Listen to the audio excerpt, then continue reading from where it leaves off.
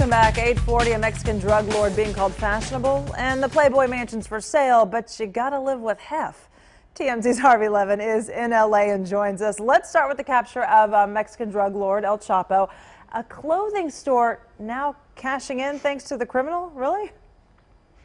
Yeah, I guess we call it felony fashion. So you know the picture that the picture of the shirt that El Chapo was wearing when he interviewed Sean Penn, and then there's a picture of them shaking hands. They're actually two different shirts, but they're both kind of an ugly version of Paisley.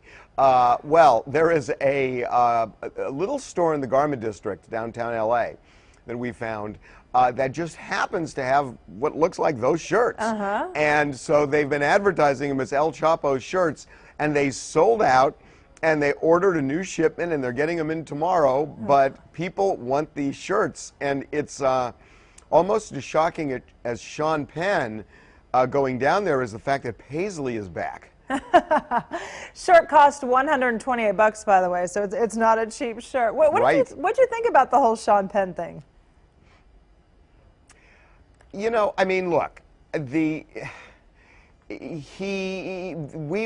know that there are journalists. John Miller went down and interviewed Osama bin Laden when he was one of maybe the world's biggest fugitive. Right. So it's not like this is the first time somebody has interviewed a worldwide fugitive. And I think the whole idea that, oh my God, how could he do that and not blow the whistle? I mean, journalists do that all the time. Where again, Osama bin Laden's a perfect example of it.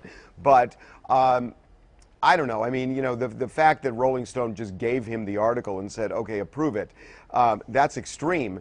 Right. But when you look at what a lot of networks do, they'll do interviews, say, for example, Bill Cosby, and they'll say, okay, you can interview Bill Cosby, but you can't ask anything about sexual assault. And they say, okay, because we want to get Bill Cosby on. So they make deals all the time, and they're all pretending like they don't, but they do.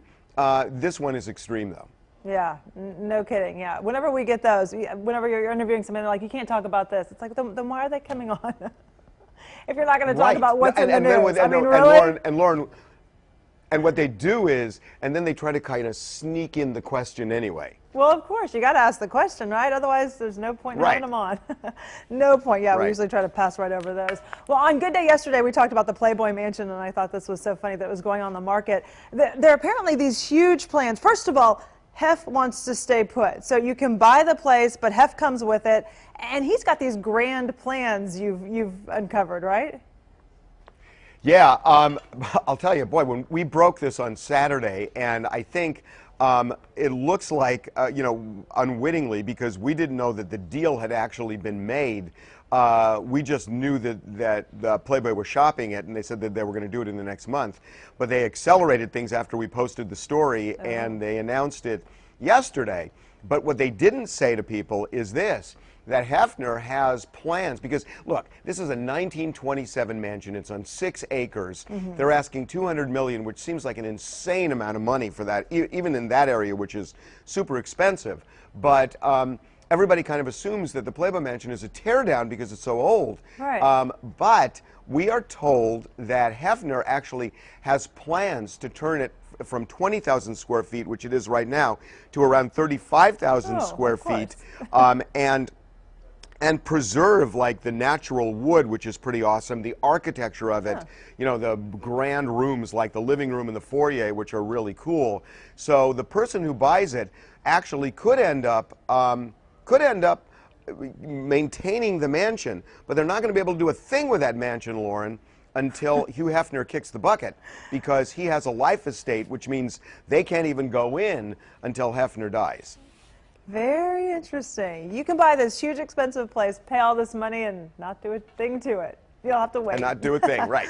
All right. Right. Thanks, Harvey. We appreciate it. Okay, Lauren. So you can see TMZ weeknights 11 p.m., weekdays 3 p.m. here on Fox 4. We have a link to the show's website on fox4news.com. It is 8:40.